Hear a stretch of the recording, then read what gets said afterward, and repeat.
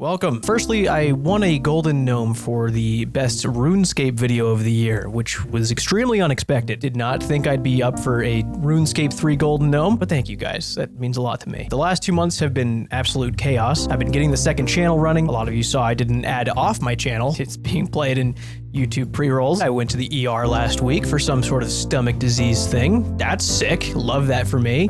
Drink water, kids. Water's good for you. They're not lying when they say that. I'm also supposed to be hunting for a house. Should probably do that soon so I'm not homeless. I finished the last of the requirements for Song of the Elves on buy release. All I have to worry about now is the song, not the elf one, my song, the one that I want to do. I have to figure that out because that's hard. Music is hard. So any further delay is because music is hard. After getting all the requirements done, it actually got me hyped up about quests. I miss talking about them. I miss discussing quests as I do them in the order of release date. But you know what? We're going to talk about quests today. That's why we're here. That's why I'm making this. People ask me all the time what my favorite quest is or my least favorite quest, and have even asked me to do a tier list of all the quests in the game and where I'd put them. Ranking all 156 of them would take 8 years, and I don't want to do that. I'm going to narrow them down into the quest series that they're a part of and rank them that way. I'm not going to be using some quirky algorithm to plug all these series into. I'm just going to talk about them and come to the conclusion as I talk about them. But before we do that, what kind of Jimmy video would it be if I didn't segue into a certain section of the video talking about a certain subject that a certain company wants me to talk to you about for money?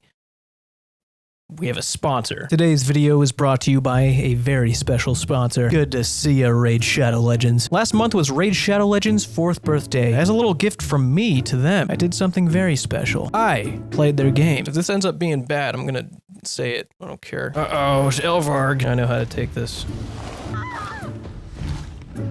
I like level 1. I hope I get to stay here forever. It's sending me on a power trip. God, numbers are going up. It's my weakness. How'd they know? I'm gonna defeat the first big boss. Just did a bunch of upgrades, and they work. I'm at the boss. He's big. Does not care that I'm a new player. Oh, there he goes. It has actually been 25 minutes, and it felt like 5. I'm impressed. It definitely surpassed my expectations. Hey, me from the other day. If you were to take 4 champions out to dinner, who would it be? Go. Luthia, Minea, Cythalia, and Kalia. I'd treat them to dinner first. Very good. Raid Shadow Legends live arenas are the answer to your PvP problems. If you haven't started playing yet, then use my link in the description or the QR code. You'll get some insane bonuses alongside epic champion. Callan strikes here, everybody. Get on the battlefield today. Happy birthday, Raid Shadow Legends. Thanks, Raid. This is very new for me. I've never been in front of one of these, so go easy, okay? You're scaring me.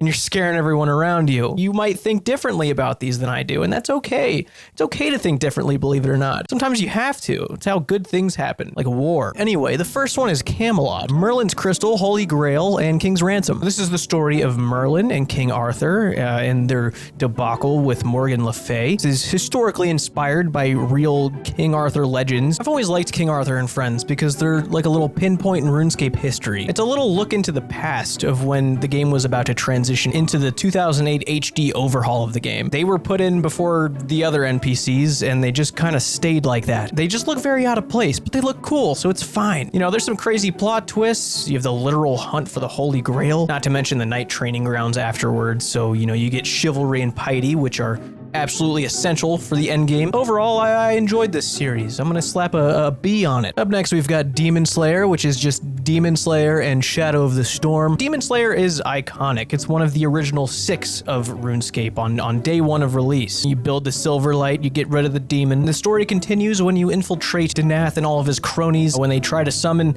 another demon. That's their thing. They love summoning demons. I just think the story overall doesn't feel like a big deal in the RuneScape universe, even though it should be. It might just be a case of these being old quests. It just feels like there's never a sense of urgency. Like you need to get this done now or the world is done. It doesn't feel like an emergency, even though it very clearly is an emergency that someone needs to do something. No one hears anything about this. No one fucking blinks an eye at the fact that we did this twice. I'm gonna give this quest series a D. Up next, we've got the Dorgan, which is the Lost Tribe, Death to the Dorgan, Another Slice of Ham, Land of the Goblins. Dorgan questline, I think, is still underrated. They created an actual hateable character, Sigmund, who just hates goblins, not just goblins. He hates anything that's not human. He's a bad guy. He wants war. War is in his agenda. He loves it. And the Duke doesn't give a fuck. He's just standing in his room for the 20th year in a row. I also think the concept of HAM, the humans against monsters, that pink-purple group, whatever, they're the racists of RuneScape. It's just a weird thing because they're kind of like accepted almost. So the first time you find ham robes in Sigmund's chest,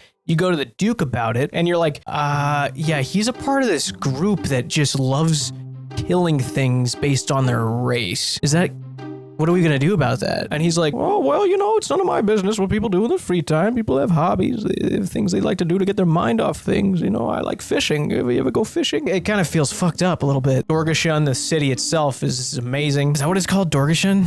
That doesn't sound right. What's the city called? It's a cool city. I like it down there. It gets an A for me, I think. Now we're getting crazy. We're on to the Dragonkin, which is Dragon Slayer 1, Tale of Two Cats, and Dragon Slayer 2. This is definitely one of the most important quest lines in the game. Dragon Slayer 1 is the official end game of free-to-play quests. Probably the most notable quest that casual free-to-play players remember. There's something cool about going and slaying a mysteriously aggressive dragon in an underground place that no one's been to in a long time. Tale of Two Cats, we actually see a Dragonkin for the first time through a cutscene, and we unfold Bob and Robert the Strong, how he used to be a person and now he's a cat. Crazy, crazy thing to happen to you as a person. And then Dragon Slayer 2 came along, and that was an absolute game changer. I think Dragon Slayer 2 definitely takes the throne for my favorite quest ever put into the game. You're just getting into shit that you shouldn't have gotten into in the first place. Like, the whole quest starts because you see that the Myths Guild is a thing now, and if there's a guild, you've got to be a member of it. I mean, I still don't know what the Myths Guild really is, other than just this thing that exists because Dragon Slayer 2 exists. You try and enter the Myths Guild, and they're like, well, you should go find out about this dragon thing, you know, contribute to our archives, do a little research for us, I think. And then the research turns out into a war, which is quirky of us. Just our characters up to their old shenanigans, starting wars by accident. It's not like all of this happened and then you were suddenly called upon. You fucking did it. You're the reason it happened. There's just something badass about just going to sea with all these characters you've met and fighting against the dragons, and there's just explosions and fire, dragons and heroic things happening, except going across the little fucking wooden pieces on the water and falling over. That kind of sucked. That was stupid. Could have left that out probably. Nothing like some good RNG bullshit to get in the middle of you and the great story. I love that. It's always my favorite part that they put into these big quests. RNG agility courses. Fuck yeah. More of that, please. It plays out in a great way. It's all very cool. The boss fight's obviously iconic. This quest was made by the Oldschool developers, and that's special for them to create something that captures the essence of Old School so well. They did a good job, I'd say. Go ahead and have yourself an S forever, I think. What a series to jump into right after the best one. Elemental Workshop, which is just the first and second edition. This is the worst series by far. I've even tried to like it. These quests just bring such little to the table. I feel dumb doing it. How they were able to make 2 more of these things in the main game is beyond me. I don't know. If you like these, you're wrong. That gets an F for me. Up next, we've got the Elf storyline. Plague City, Biohazard, Underground Pass, Regicide, Roving Elves, Morning's End Part 1 and 2, and Song of the Elves. Now, depending on how you personally approach quests, this is either in your top 3 or your least favorite out of all of them. I don't really think there's an in-between for this. If you direct your focus away from the god-awful agility mechanics that you see multiple times throughout this, it'll be one of your favorites. Corrupt rulers, we've got demigods, an obstacle course from hell, catapults, infiltration, impersonation, another obstacle course with lights, betrayal, war, public executions. It's a wild time. It's absolutely worth it to get to the end to not only conclude the story, but you know, you get access to this big crazy elf town. There's a lot of cool stuff there that you'll like. Great people there. They've worked really hard on it for you. I'm going to be starting this quest up on buy release in a couple days. There's a lot to be excited about with the Elf quest line. Elves get an S, no question about that. The Fairy Tale quest line, which is just Fairy Tale Part 1 and 2 on here. And I definitely like the Fairy Tale quest line. It's a matter of them being unfinished. They're not done. The story does not conclude in the game. The Fairy Queen being infiltrated from the inside, taken over entirely, and having these mafia fairy guys just come in, start ruling the place, being bad dudes, hiring orcs to roam around. You don't get to fix that. And that's against our nature as the guy who gets into things that shouldn't. We want to fix that. We don't have to, but we want to. Everyone kind of does these quests just to get the fairy rings. But there is more to it than just the fairy rings. There's a cool story here, and it deserves to be finished. I really hope they revisit this and give us a conclusion here, because I'm tired of seeing all these orcs walk around like they own the place, because they don't. I'll make sure of it. I want to make sure of it, but I can't. Jagex, let me fix things. I'll fucking ruin your day. Definitely a series that could up its rank at some point when it's finished, but as of right now, since it is unfinished and it gives me a feeling of great unsatisfaction, it's gonna get a C from me. Up next, we've got the Call to Action YouTuber series, which consists of like the video and subscribe also. Big fan of those. Great series, one of my favorites. One of the shortest quests in the game, probably, so go ahead, try them out. I can wait. Some of you guys have already done these, which, I mean, you know how good it feels to complete these, so, you know, you don't need quest helper for this one, motherfuckers. Now we've got the Fremennik quest line, or as I like to call them, the helmet quest. One of them going on to create a helmet so badass that it created one of the most notable pure accounts ever to this day. The rewards are definitely the highlight of these quests, in my opinion. This whole quest line pushes you in the direction of this part of the map, which introduces you to the fact that nobody can figure out anything diplomatic over here. That's your problem now. This island, that island, this island with this one, and this island within itself, that's your problem now.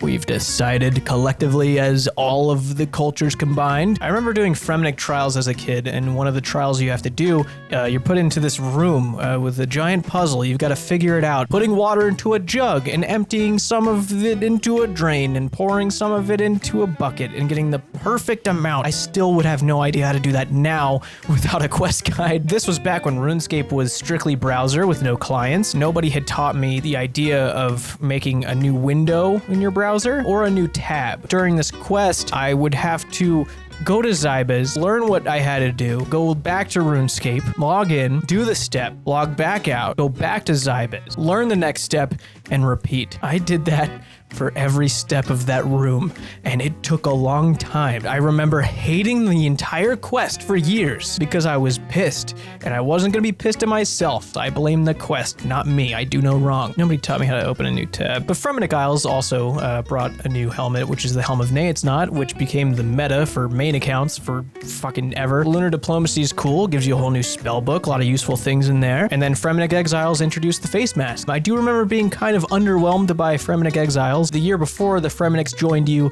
for Dragon Slayer 2 and came out with their boats, and they fought this big battle with you, band of brothers, and suddenly you're exiled. Now, you gotta go fight some boss. Mechanic is to just face the other way for a second. I was just expecting something more, I think. Like, the quests themselves are pretty average. I think the rewards definitely make up for anything during the quests. So I'll go ahead and give Fremennik a B. B's pretty good. B's will get you into college. We've got the Gnomes, the Grand Tree, the Eyes of Gluffery, Monkey Madness, and Monkey Madness 2. I said him, you see him. Gluff, that guy sucks. We don't like him. Arguably, RuneScape's biggest antagonist of all time. Take Sigmund and his desire for war and just amplify that by 100, just being the most irrational piece of shit, and turn it on humans, which we don't like because we're the humans. And now it's personal. This guy got us excited to kill. He was doing a lot of crazy things behind the king's back, in cahoots with the monkeys on Apatoll. He's got these underground labs doing experiments. This dude was getting ready to storm the beaches of Normandy, building warships, invading all the land of the humans. I mean, this was gonna be disastrous had we not dug our nose into not our business. The Gnome storyline never fails to remind the player that they're just an average guy. Does a great job at that. King Narnode has to be the biggest skeptic of all time. You could have photographic evidence of a criminal act hand it over to him, and he will claim Photoshop. It just adds to the frustration of wanting to stop this guy. Going through Monkey Madness for the first time is very memorable for a lot of players because it induces this sense of real danger to you. Every second of being on Apatoll is scary, especially since most of us did this as kids. Even if you're in a safe spot, it still feels like maybe It's not a safe spot. Can they get me from here? You get the same ass clenching here that you do in the wilderness. This monkey will go above and beyond to kill you. He cares about killing you a whole lot more than that clan at the Chaos Temple. And if they get even a second to throw a sharp knife at you,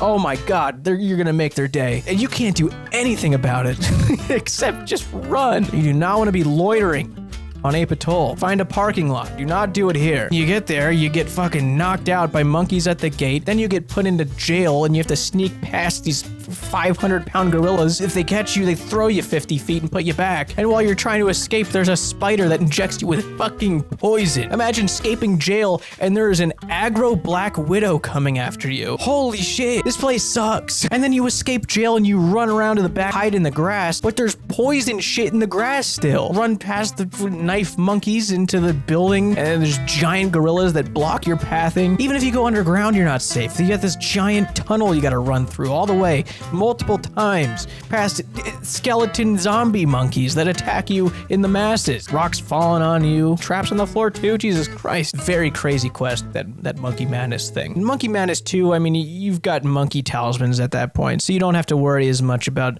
being caught on Ape Atoll.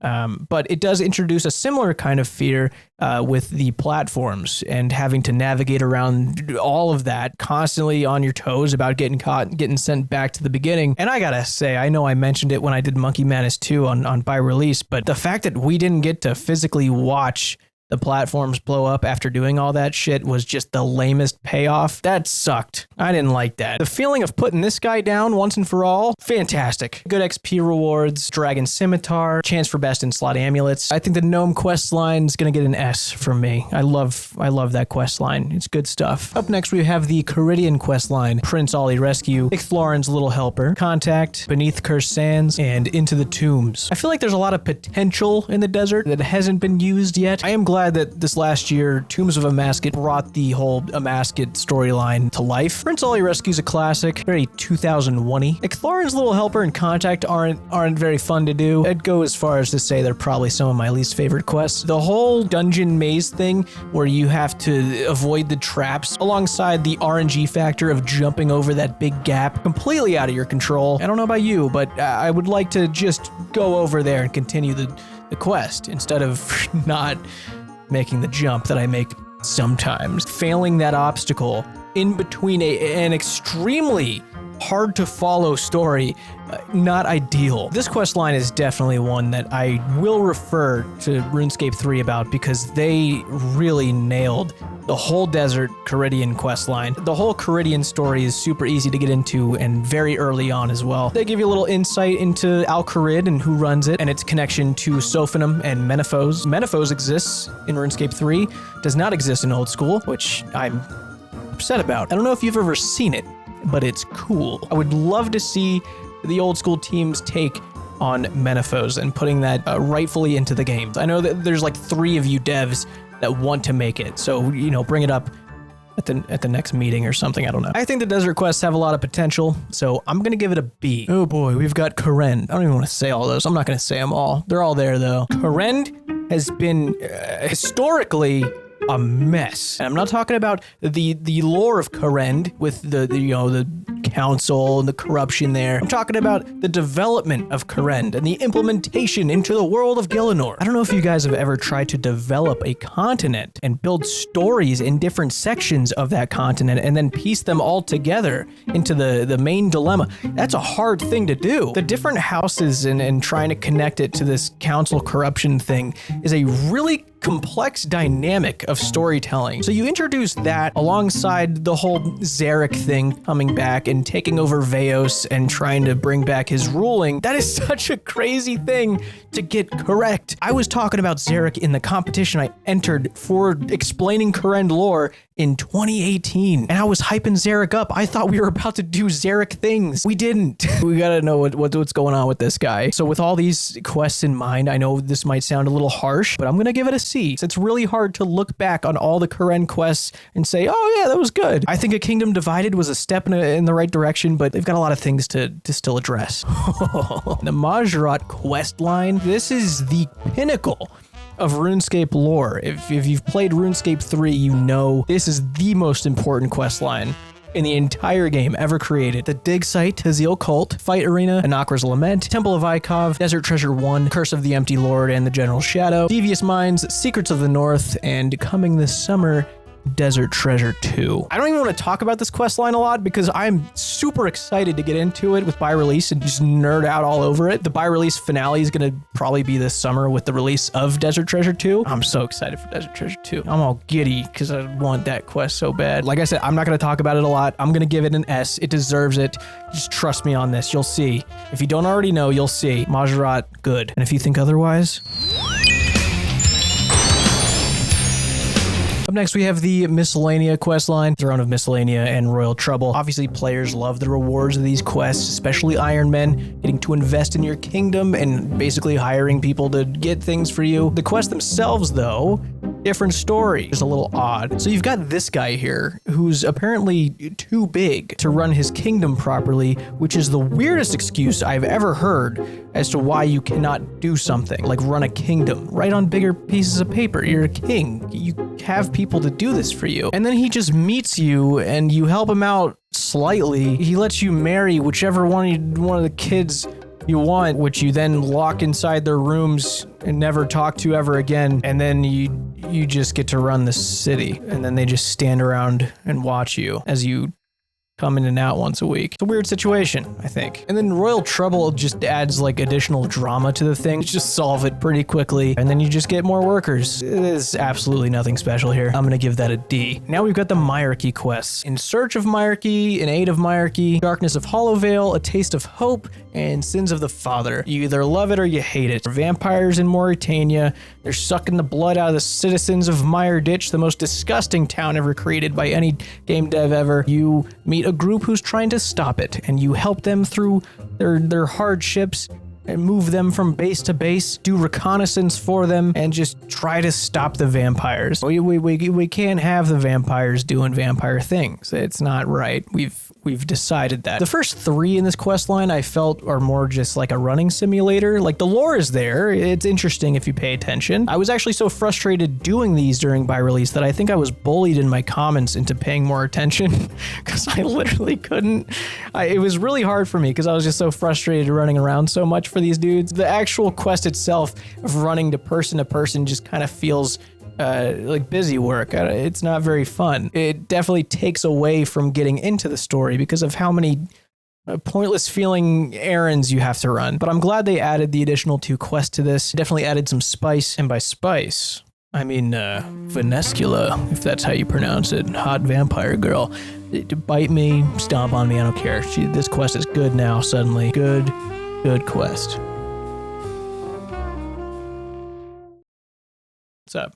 Going on? I'm sure they'll cook up something nice for the finale for this one. They've done a good job so far. I was thinking about giving it an S. I really was, but because Meyerditch exists and I'm forced to go through it, it's knocking it down a grade. It gets an A. Order of the Wizards. This is just Rune Mysteries and Enter the Abyss and the new one. I didn't even know this is a quest line, really. It's about runes. Rune is in the name Runescape. It's important historically. Using the Abyss for rune crafting is ideal. So I don't think this series cares about my tier list, so I'll just put it on a D. It'll never know. It'll be fine there. It's nice and cozy. The Penguin series, which is just Cold War. I think I'm always going to have wishful thinking here that they'll continue the Penguin series because it's so good. Penguins substituting in as KGB agents. I mean, how do you not dive into that?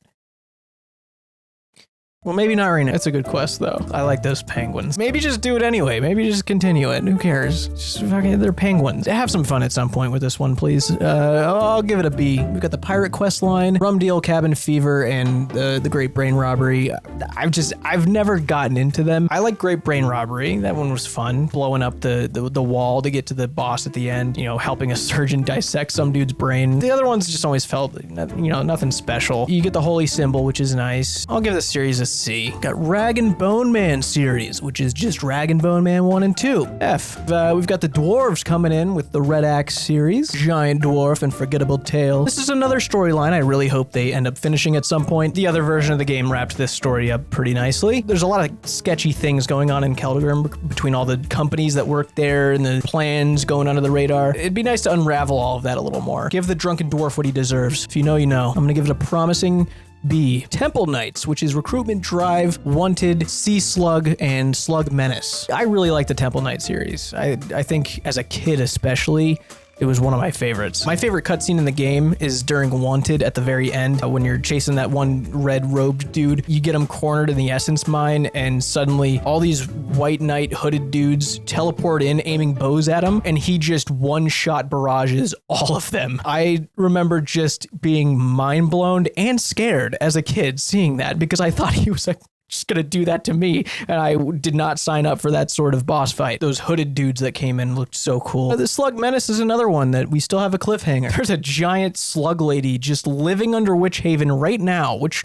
may I remind you, is like 25 feet from Ardoyne. There's children and families that live in Ardoyne. We should probably address that. Someone's got to handle the slug lady down there. She's doing terrible things. Maybe we figure that one out. 17 years and counting she's been down there, so maybe we get on that. I've always loved the Initiate and White Knight armors, getting Initiate armor for the first time and having White Knight armor with a gold trim. The first trim that was not a scam.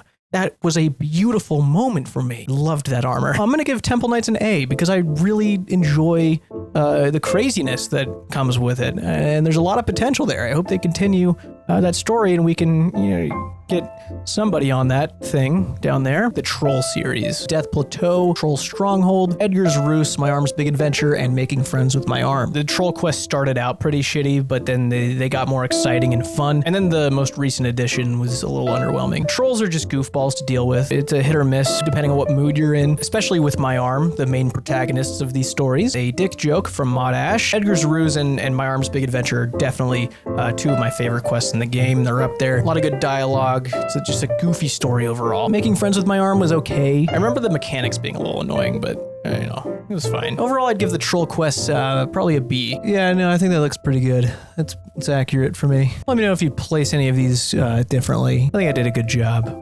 I usually do. But yeah, that's it. Hopefully see you soon. Take care. Bye.